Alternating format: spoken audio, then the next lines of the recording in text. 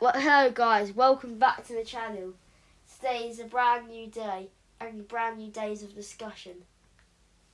We've got plenty filmed for the second part, including what you can see on the screen, the Champions League review. So this is the second year of it being in its new format this time, and I believe in the new format they increased it to 4 more teams. Is it? Yes, 36 now. Which is why England's got so many more spots.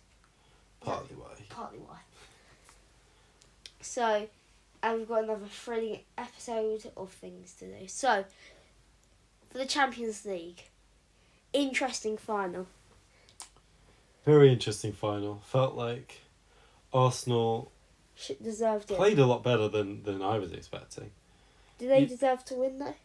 It's hard to say, it depends. I mean... And PSG had their luck on penalties twice.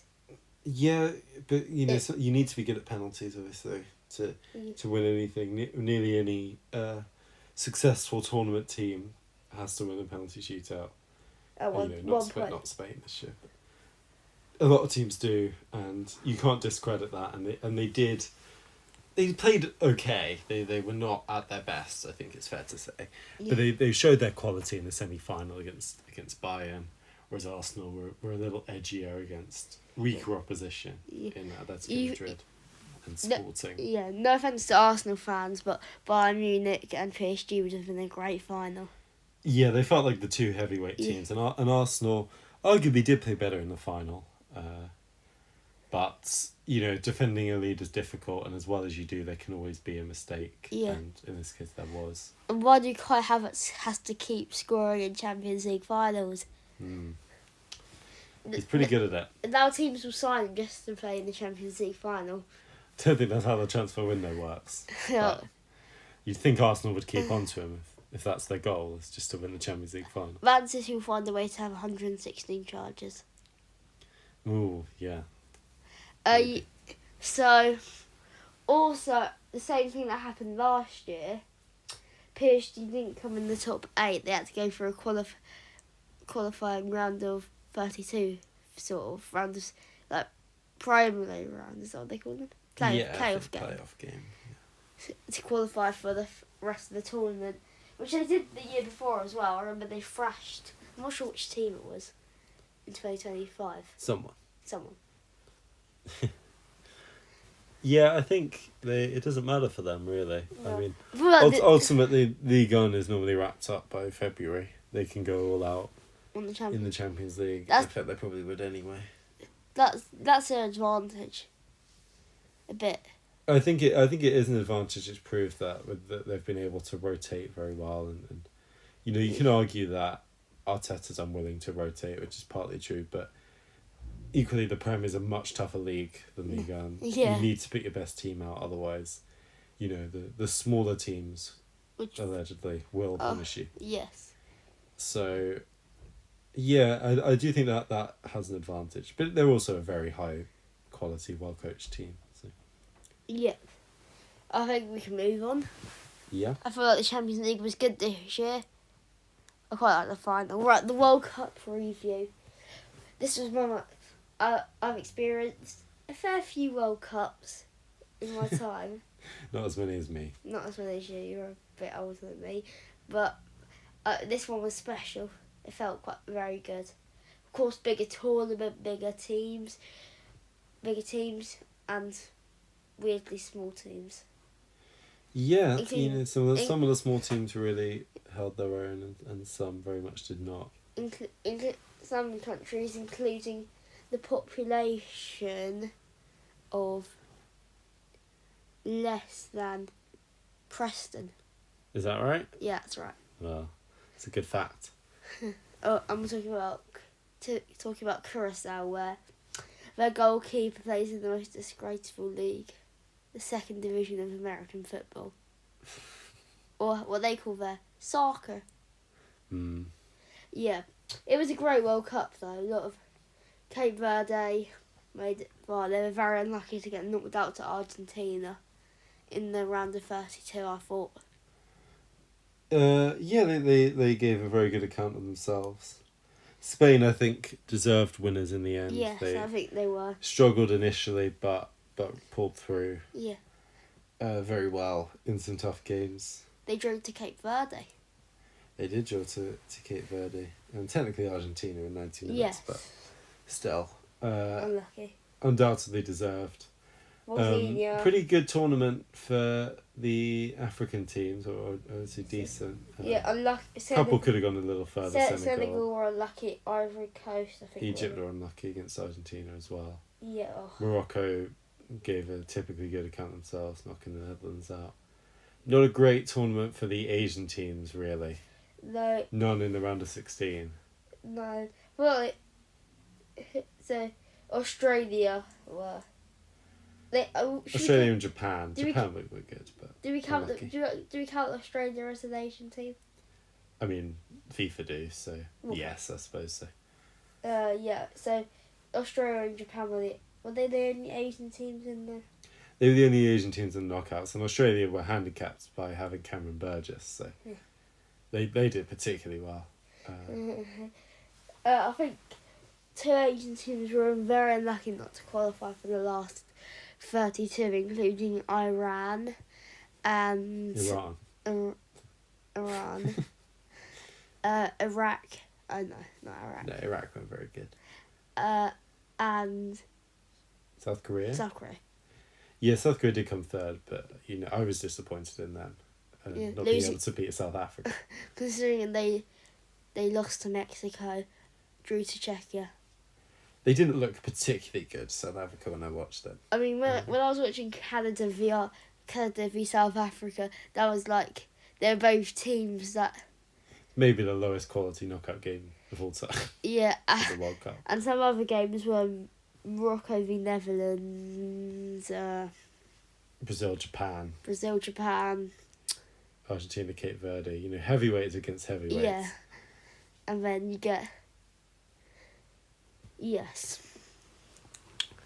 You know what I thought was quite a very good game in the World Cup that I feel people don't talk about much was England 4, Croatia 2. Yes, it was in the group stage, but I thought it was a very good game. I watched that live. Yeah, it felt like England hit a level of freedom that you didn't see again until the third place playoff. Well, it was a little late. England were fairly impressive. I believe it was at the same stadium as well. Or maybe it's just that stadium. Yeah. Stadium, not Was it Atlanta? Miami. Miami. That's right. Also, lots of great fan bases were brought to the World Cup, like Roe, Yeah, Norway. Norway.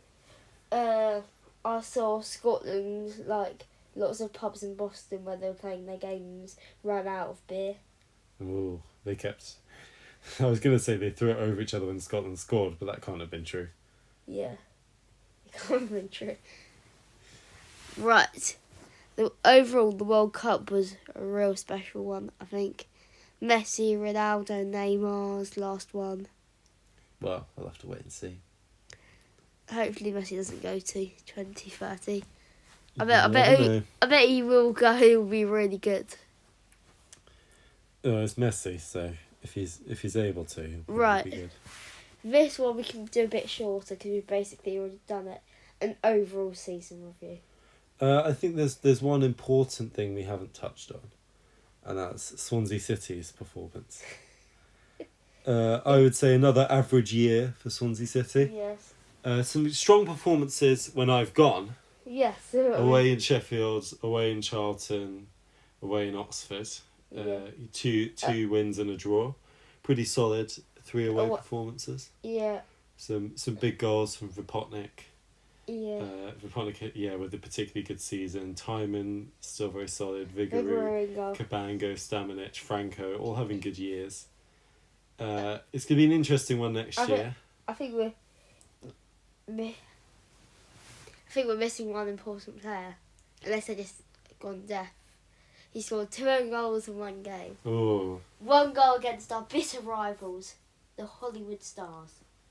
I wouldn't quite say bitter rivals, but Cameron not Burgess. some great moments for Burgess. I think At the World Cup as he's well. been decent. at the World Cup as It's well. been decent overall, and it's unfortunate to score 3 own goals, but 4. there you go. Yeah, 4. Well, only 3 for Swansea. He scored more own goals this year than goals. He only scored 2 this year. I think it's been And both in the same game.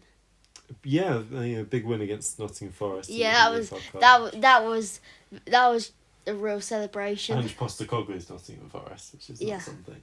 And Alan Sheehan's Swansea. Yeah, I'm excited for the new year under Vita Matos. Yeah. I think Good signings. No real expectations. It's sort of hope the style of play improves as there's some more intensity. See some good moments. Hopefully Vipotnik stays. Elijah Just coming in, Apoku and Yeo on the wings. Should hopefully be an improvement. Unfortunately, Franco getting injured. Franco getting injured is unfortunate. I would like to see some more of Lissa at right back. I think he's looked for promising on loan. So yeah, overall excited for the season. Okay, that's very good. Right, we're going to move on to the beginning of season discussion. This is going to be a quick discussion. We're going to have an episode about the beginning of season soon. But this is just overall. What's your expectations going into the season? I'm not sure. It's difficult to predict who's going to win the World Cup this season. I think the Prem feels very, very open, I would say. Yeah. A lot of teams in a transitional phase. I feel like, in my opinion, there's 5 different teams that I think could win it.